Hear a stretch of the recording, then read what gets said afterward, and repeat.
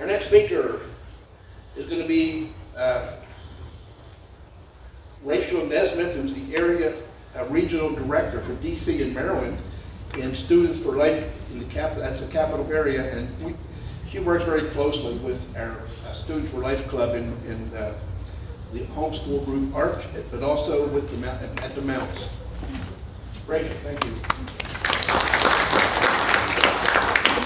I'm just going to put I'm going to get my computer hooked up for the PowerPoint. And while I'm doing that, I'm just going to talk a little bit about what I do with our students. So can everyone hear me in the back and everything? Okay, good.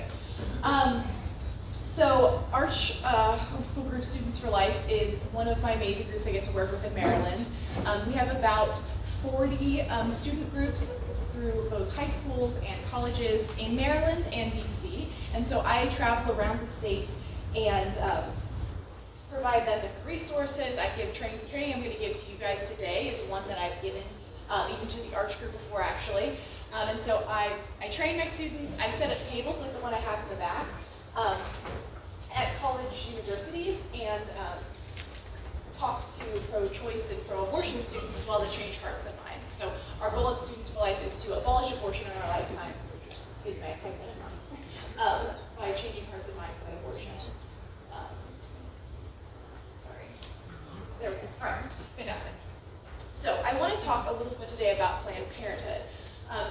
Defunding Planned Parenthood is something that is really forward in the pro-life movement right now. You've got a lot of groups talking about it. Students for Life is at the forefront of that, telling Planned Parenthood that we want them to fund themselves. We don't want our taxpayer dollars going towards that.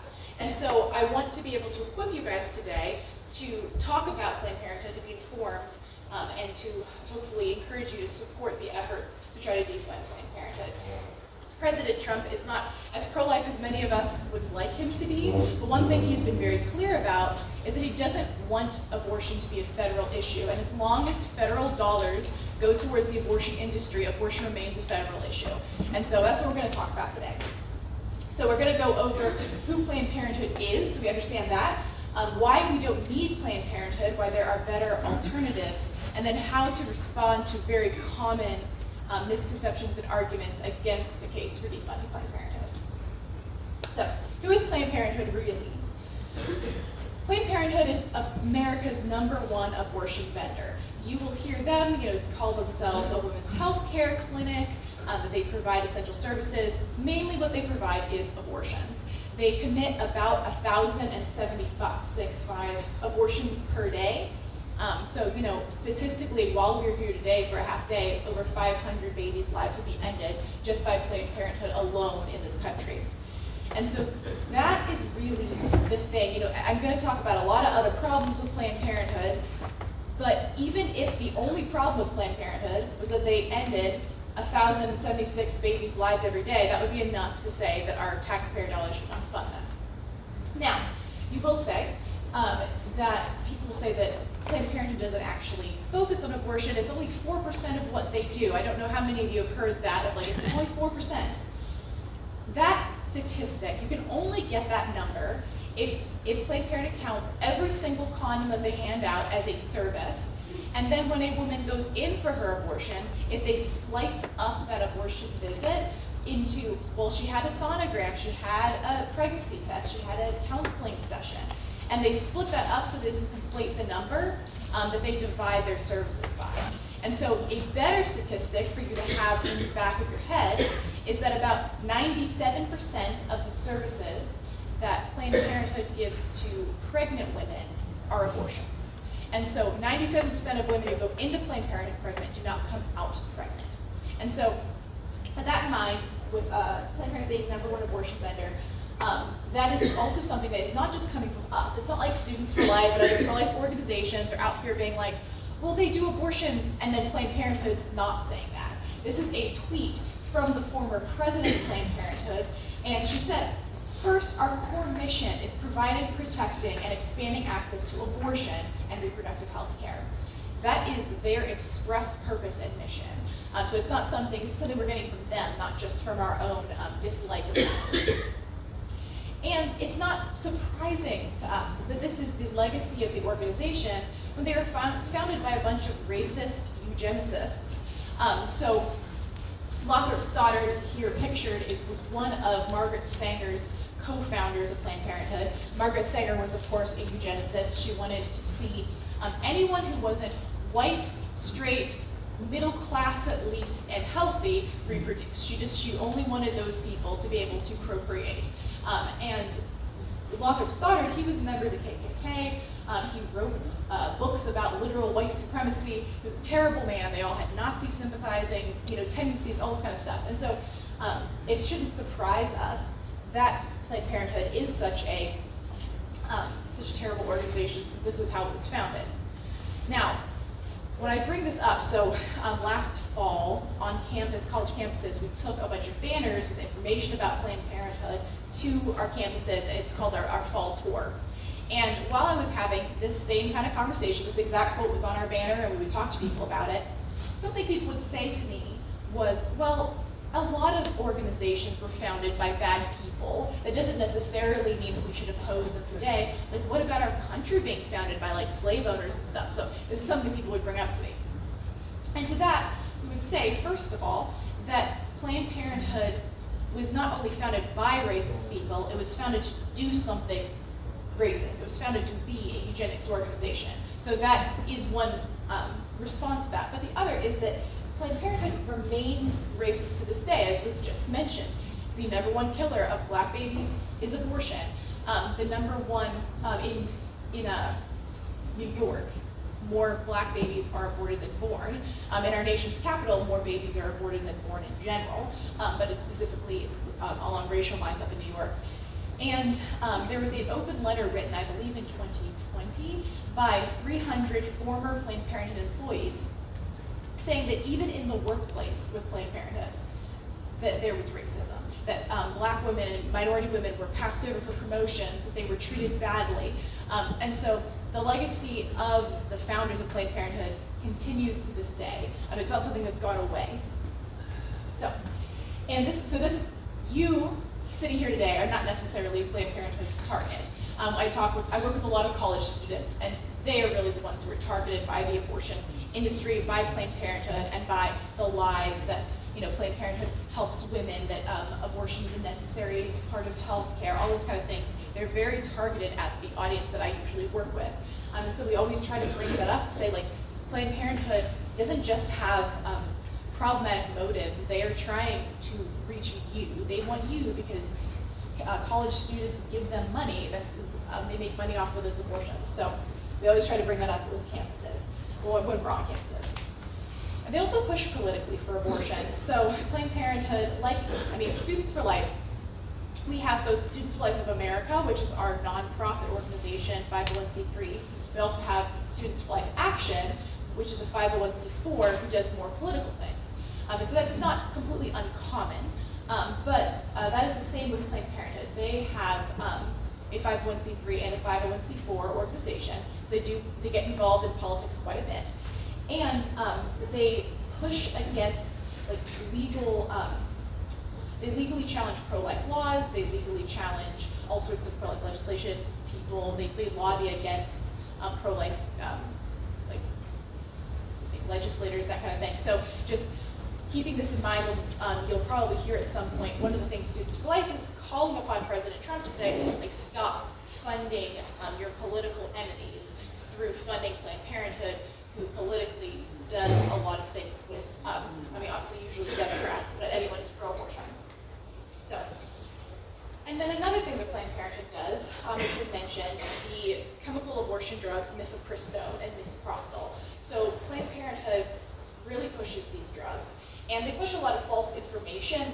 These are pulled from their Instagram page, and so they do a lot of education on it. Not all of it's true though. So they'll say things like mifepristone is safer than over-the-counter medication. At one point, I remember seeing a Instagram post that said the abortion pill is magic, that it just magically makes your pregnancy go away. And so they're really pushing this. This is a huge part of their agenda, and their research arm has done a lot of research into it. And so as we've seen chemical abortion in the last few years become the most common form of abortion, as it's become available online without any restrictions, you're not needing to get a pregnancy test or an ultrasound or anything before you get the drug, we can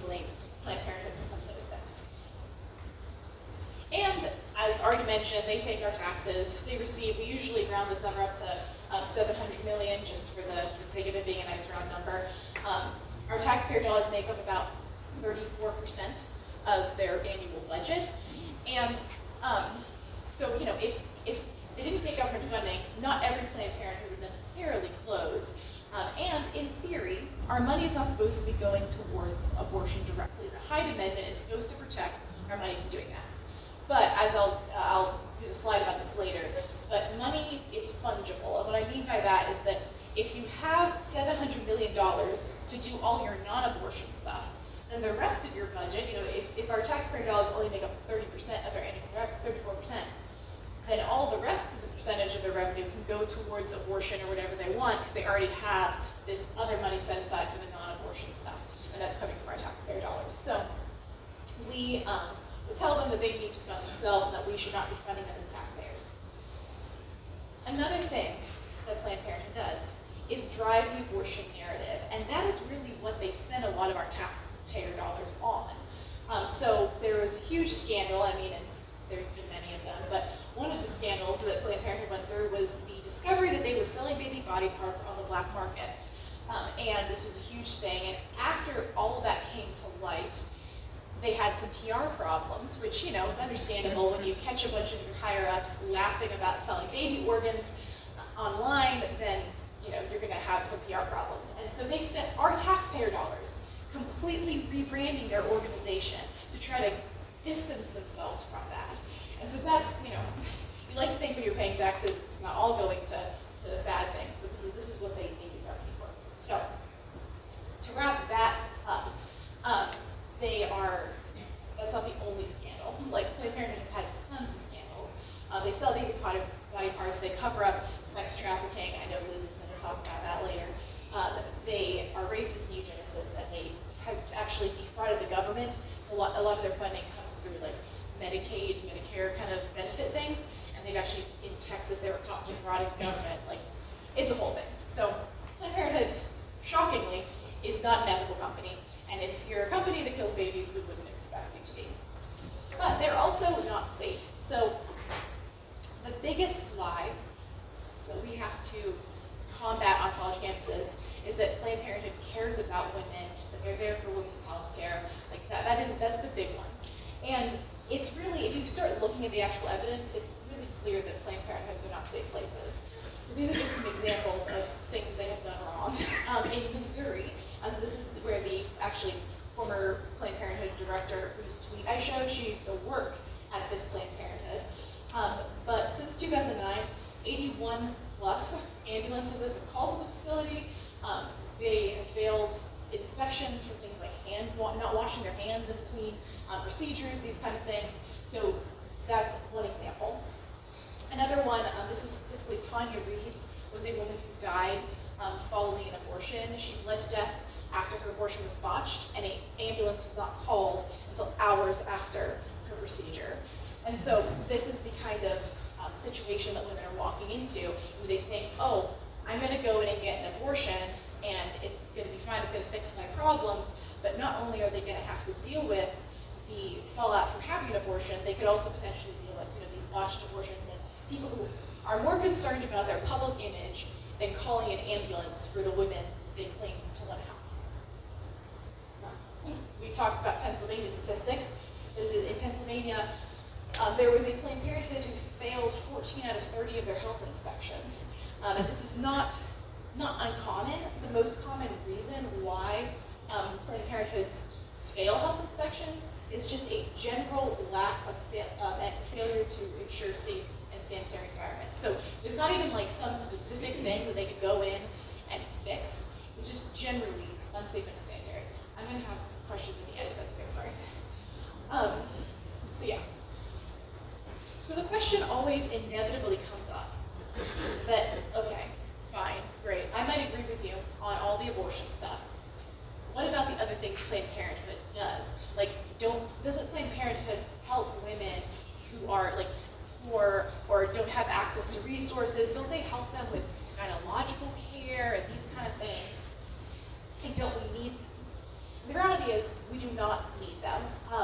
This is a video. Let's see if it'll play. I don't know. The sound does not always work. Sound is not going to work. But this is a video with former Planned Parenthood president talking about how they provide care for underrepresented groups of people. There's a couple of problems with that. First of all, as we discussed, the main thing they do is abortions, and their number of abortions increases every year while the number of other things they do decrease every year. And so if you're saying services and you mean abortion, we don't think that the services you provide. But also, it's actually rural communities that are at the most, they have the largest deficit in healthcare. It's not urban communities, and most Planned Parenthoods are in the inner city, near colleges and universities. And they're there because of the strategic placement, with the eugenics and everything. And so they're really actually not even in underserved communities. So we don't actually need that. The answer is no. Those underserved communities don't need them. What they do have, and what we want to make sure that y'all know about, is federally qualified health centers. So federally qualified health centers, it's like a stamp of organic produce. So when you go to the store and you find something's organic, it's because it meets certain criteria to be categorized that way. And so federally qualified health centers, or any health center that meets certain criteria, here are a couple of them. They have to serve low-income patients on a sliding scale. They have to accept people who have insurance, who don't have insurance, etc. They have to serve the uninsured, like I said. They have to meet really high health standards. So all the health standards that Planned Parenthood is not required to meet, they are required to meet. And they have to even be able to transport patients to either the facility, or if they're at a federally qualified health center that does not have the resources that they need, they're required to provide transportation to a place that can. And so these are already existing centers in our communities that are doing everything Planned Parenthood does and more. They outnumber Planned Parenthoods. So there are actually, in like the teen thousands, I don't remember the exact number, of federally qualified health centers in the United States. 5,300 of them are specifically women's clinics, so like just women things. And there are less than 600 Planned Parenthoods. So they're already outnumbering, and again, they're in rural and urban communities. And this is just a list. This isn't even all of the things that federally qualified health centers do, but they vastly outnumber Planned Parenthood, and they don't do abortions. Mammograms is in bold there because I don't know how many of you have heard the claim that Planned Parenthood does mammograms. They don't do mammograms, and there's a very funny video that I can't play that's somewhere in here later on, but you won't hear the sound, where people are claiming that Planned Parenthood does mammograms, and then a Planned Parenthood employee under oath is playing against it, like next to it, being like, we don't do mammograms, we've never done mammograms. So there's federally qualified health centers do way more stuff, and they don't do abortions. They also serve way more patients, like astronomically more patients. If you do the math, every federally qualified health center would only have to take on about 2 more patients a week to cover all of Planned Parenthood's patients. And when I tell you this fact changed minds when I was on campus with the Planned Parenthood display I was talking about, when I would tell people about this, they would go, wow, like this is actually a really practical alternative solution. Like I didn't think that, pro-life people had practical solutions. I thought they were just saying, stop this, stop that. And so having this knowledge, even maybe looking up in your own community, where are your federally qualified health centers? What of them are around? There's a website that you can just Google and go to. And I think it's up on one of the slides at the end. But it's really helpful because this is just really practical information to have a grasp on. And if you compare funding, since we're talking about money, despite serving way more patients, they have proportionally way less funding. So Planned Parenthood receives 1/3 of what federally qualified health centers do, even though they don't serve anywhere close to 1/3 of the number of patients that they serve. So the funding is ridiculous. The disparity in funding. And this is just some more information about health standards. So more examples of ways that Planned Parenthood has failed. My favorite statistic on here is in Connecticut, abortion facilities are only required to be inspected every 3 years, whereas barbershops are inspected every year. So And that is just an example of it varies state to state, which is another problem. Like our standards for how clean a medical facility is or inspection should be a state by state thing, but it is. Whereas federally qualified health centers are regularly inspected and required to meet even higher health standards than maybe even normal doctors' offices. So they're definitely safe for women. And they don't receive any money and don't spend any money on politics. So that is just reiterating that point that Planned Parenthood spends taxpayer dollars on these political things, whereas federally qualified health centers do not. So they are a better option for our government to be funding. Now, before I get to questions, I just want to go through, and some of this will be repeat information, but just how to specifically respond. Like, let's say you're having a conversation about this, it comes up, how to respond to common arguments against the idea that Planned Parenthood should be defunded. So, what about all the good they do? Again, the question is any amount of good services enough to make up for the fact that they kill babies? No. That's just the reality that they're not. But it's also important to realize that over time, you can track this data, it comes from Planned Parenthood itself. All the non-abortive things they do have been decreasing steadily every year, while abortions have been increasing steadily every year. So even if we were going to say they did good, they do less good every year and more bad every year. Where will women go to care? To get care, not to beat a dead horse, but federally qualified health centers. And the Hyde Amendment, like I mentioned earlier, yes, the Hyde Amendment does protect our taxpayer dollars from going directly towards abortions. Planned Parenthood does fight the Hyde Amendment every single year. They do not like the Hyde Amendment, they would like it to go away. But also, if they have $700 million to do everything else with, they can put more of their money towards abortion. And is an abortion only 4% of what they do? They do this through service bundling. And a point I didn't make earlier, back to this tweet. Why in the world, if their core mission is abortion, why would it only be 4% of what they do? Like, even from Planned Parenthood's perspective, that's disingenuous. Your core mission is never only 4% of what you do. So that's another good point to bring up with people. And then, something you will look if you go, I've gone to my own Planned Parenthood's website. We have one, I'm in Charles County, in Waldorf, Maryland, and we have a Planned Parenthood. Not entirely sure why. It's kind of a weird place to have a Planned Parenthood, being so close to DC, where you can get abortions. But I looked at their website because I was curious what they did. They're also a pill-only facility, but you'll see listed on their resources counseling services. And so, like, well, you know, women don't need to go to pro-life pregnancy centers to get counseling. They can get that right at Planned Parenthood. It's not like Planned Parenthood is forcing women into abortions or pressuring them into abortions. You'll hear this kind of thing. The issue with that is that Planned Parenthood literally has abortion quotas. This is a picture from a Planned Parenthood who got an award for exceeding their abortion quota. So clearly, they are not unbiased counselors. And the reality is when you have money tied to people getting abortions as their main money maker, of course they're going to want you to get an abortion. Abby Johnson, who was a former Planned Parenthood director before becoming a pro-life advocate, talks about how she as a worker at Planned Parenthood was a saleswoman trying to get women to have an abortion, trying to get her to have one quickly because it could be more expensive next week, you know, so you should sign up for abortion now. So don't... Sounds like a car dealer. Seriously, she was like the shady salesman of abortion. It was nuts stuff. And that's why I always bring up when people say, well, pro-life pregnancy centers, they're biased too. And I'm like, they are biased. Like pro-life pregnancy centers, their people want you to not have an abortion, 100%. But they don't make money either way. And so it's not the same. They're not trying to coerce you into not having an abortion. They're trying to love you into feeling strong enough to be a mom, and that is a distinct difference. Don't they do mammograms? They don't. You will hear this on TV all the time. You should go on our website and watch this video when you can have sound. It's hilarious. But what about birth control?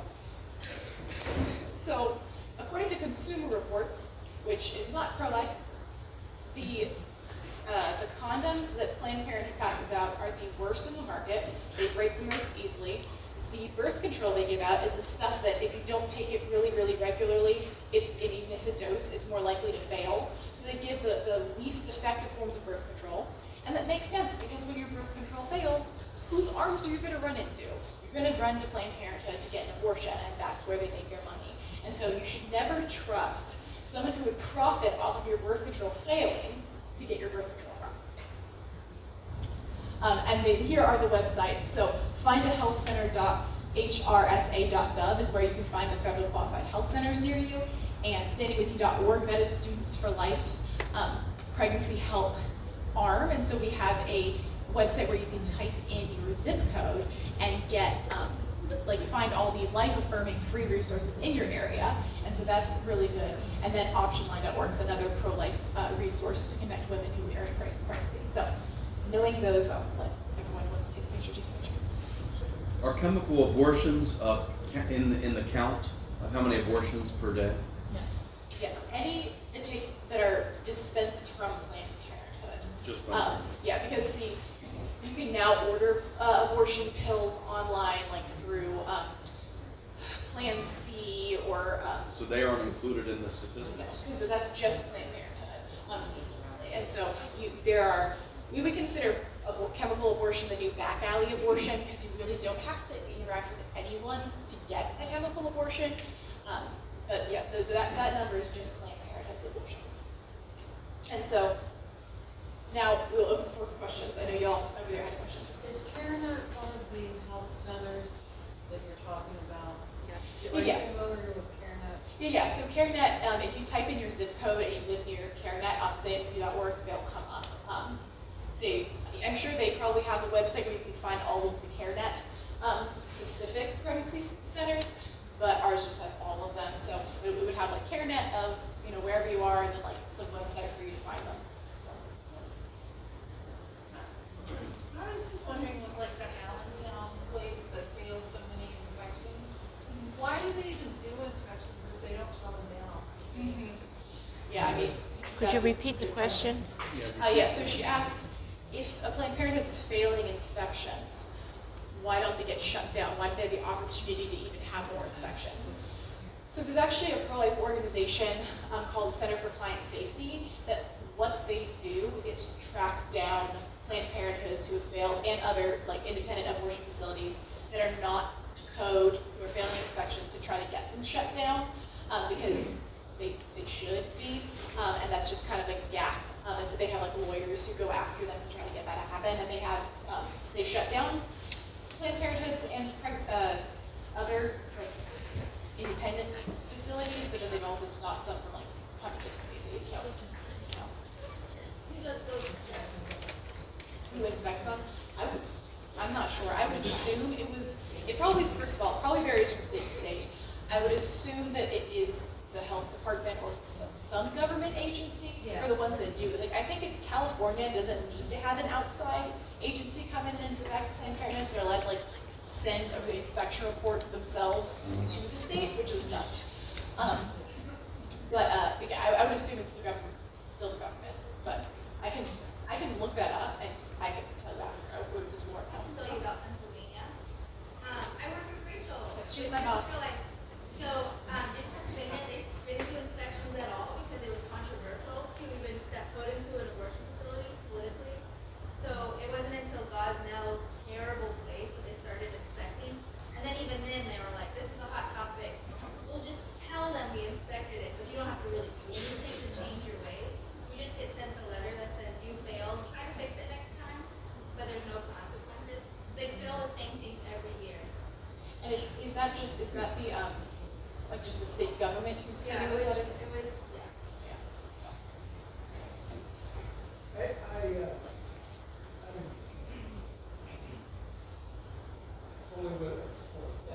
I've been involved in pro-life for considerable time, and it kind of frustrates me because there's so many areas that aren't addressed. Well, if they are, I don't hear about it, so maybe they are, and I just don't know. Because we got some activists in here that, the big thing you say is, you hear women say, it's my body and I and do what I want to do. Well, in reality, that fetus, or whatever you want to call it, is not part of her body. It does not have the same DNA as the mother, and it is just a different stage of human life. But I never hear that. I mean, when I hear how bad Planned Parenthood